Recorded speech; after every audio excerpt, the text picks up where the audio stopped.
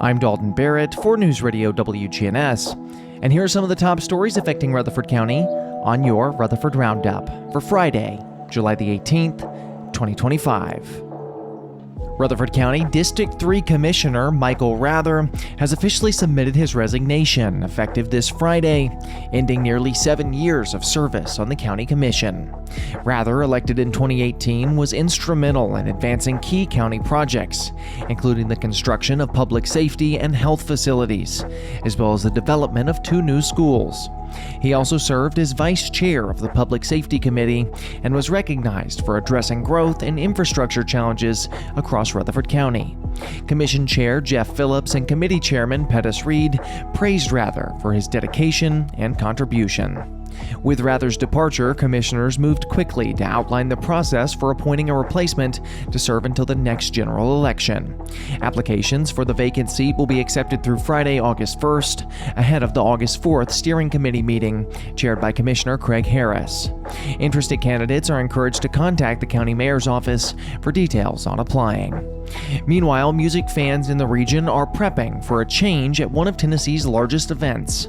Organizers of the Bonnaroo Music Festival in Manchester announced that starting in 2026, the festival will shift to June 25th through the 28th, moving back a weekend and dropping its traditional Sunday headliner.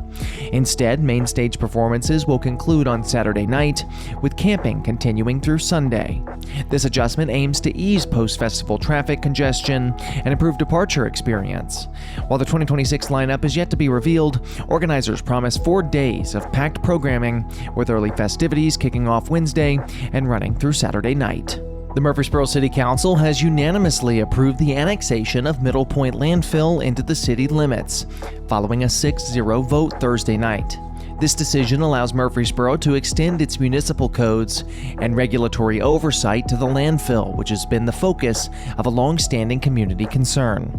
Homes, businesses, and city parks now sit within half a mile of the landfill's operations, raising issues about property maintenance, stormwater control, and public safety.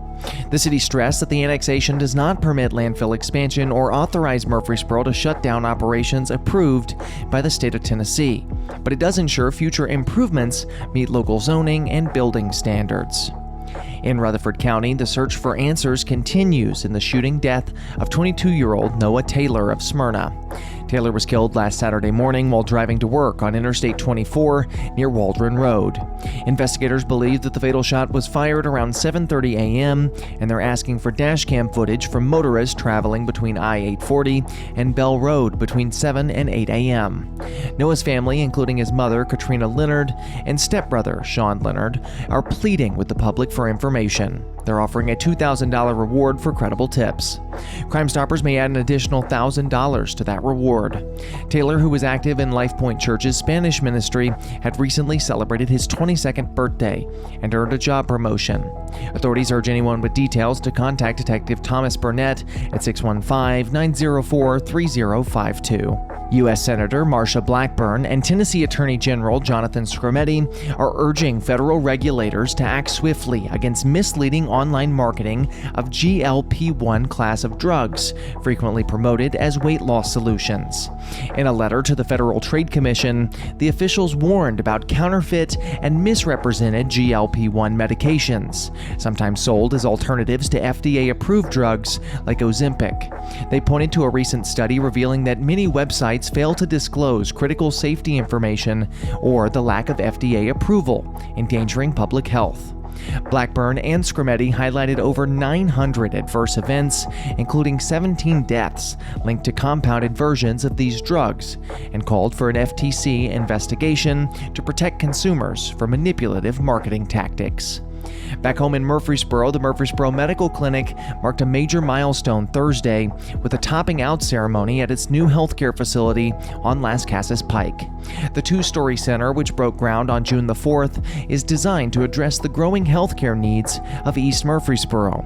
As MMC celebrates 75 years of service, the new location will feature expanded outpatient services and a full-service emergency department developed in partnership with Ascension St. Thomas Rutherford. Positioned between DeJarnette Lane and Compton Road, the project coincides with plans to widen Las Casas Pike from 2 to 5 lanes to accommodate increasing traffic. MMC President Joey P. underscored the clinic's commitment to accessibility and strategic growth as construction progress to serve the community's evolving needs. A coalition of 24 states and the District of Columbia have filed a lawsuit against the Trump administration over a $6.8 billion freeze in federal education funding. Professional educators of Tennessee highlighted the legal action, which claims that the freeze violates the Impoundment Control Act by withholding funds appropriated by Congress.